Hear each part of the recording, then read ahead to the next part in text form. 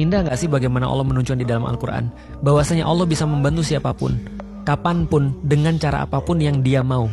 Tapi dia meminta hamba-hambanya untuk benar-benar melakukan yang terbaik sampai hamba-hambanya itu pantas mendapatkan pertolongan. Wow, bagus banget itu.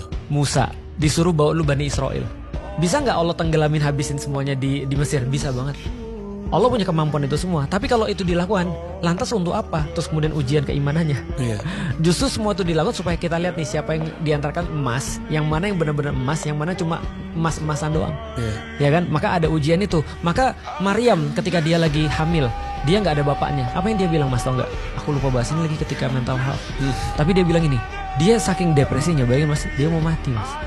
Dia bilang, ya laitani mittu qabla hada wa kuntu nasyam mangsia. Dia bilang, ya Allah, mendingan aku mati aja.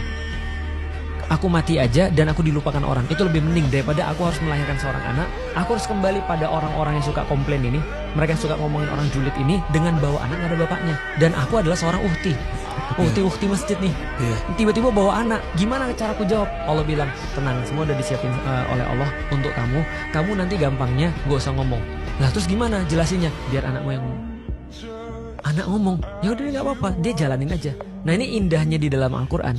Jadi manusia itu termasuk para rasul dan nabi, bahkan kayak Maryam, itu disuruh terus kemudian untuk melakukan sesuatu kadar yang paling maksimal untuk menunjukkan bahwa aku bertawakal pada Allah.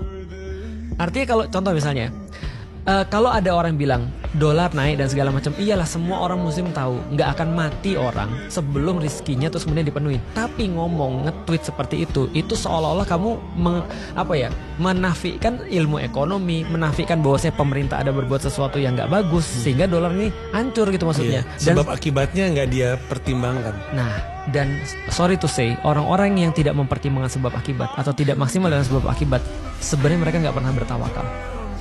Padahal ini banyak banget loh, Ustaz. Betul, banyak banget. Termasuk aku mungkin. Kenapa? Tawakal itu berarti adalah kita memberikan sebab akibat yang paling tinggi di dalam hal itu. Contoh kayak gini ya misalnya. Kita pernah bahas tentang keyakinan. Orang yang yakin itu akan mengeluarkan lebih banyak daripada orang yang nggak yakin. Oke.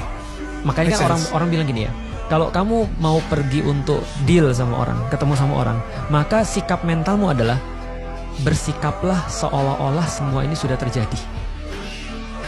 Para motivator bilang, kalau kamu mau menjadi orang yang kamu mau, maka bersikaplah seolah-olah kamu sudah jadi orang itu. Bagaimana kira-kira kalau kamu bersikap? Kalau kamu sudah jadi seorang yang kamu mau itu. Itu kan mental state. Betul. Sehingga itu mengendalikan seluruh kemudian badan kita. Betul. Nah, ini juga sama. Keyakinan terhadap Allah bahwa Allah pasti akan menghargai dan akan membalas setiap perkara-perkara terbaik, itu akan membuat kita melakukan hukum sebab akibat yang paling maksimal. Iya, maksud aku. Iya. Bedakan dengan pasrah. Pasrah itu, pasrah dan tawakal tuh jauh sering disalah artikan ya. Dipikir sama. Pasrah kan gak ada usaha. Iya. Tawakal tuh justru memberikan terbaik karena yakin bahwa kita akan diberikan. Betul. Lewat tindakan sebab akibat yang paling optimal.